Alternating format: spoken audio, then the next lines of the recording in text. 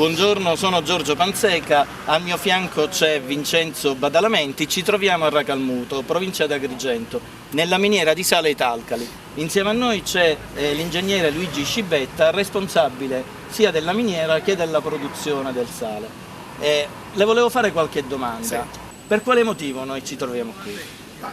Vi trovate qua perché io da 30 anni che lavoro qua in miniera e noi in 30 anni non siamo riusciti ad allontanare le colombe e gli uccelli che c'erano all'interno del nostro capannone.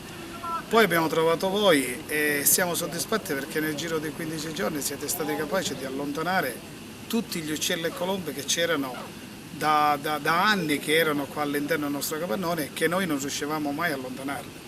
Siete soddisfatti del nostro intervento? 100% sì.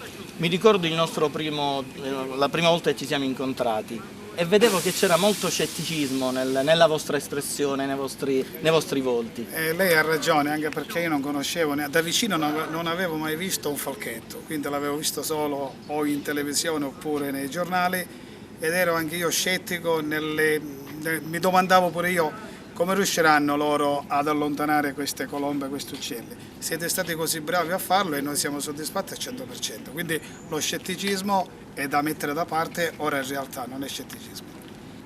Noi vi ringraziamo per tutta la raccoglienza che ci avete offerto. Vi presento gli artefici del nostro lavoro: Maya, una poiana di Harris di 3 anni, e Star, un falco sacro, un giovane falco sacro.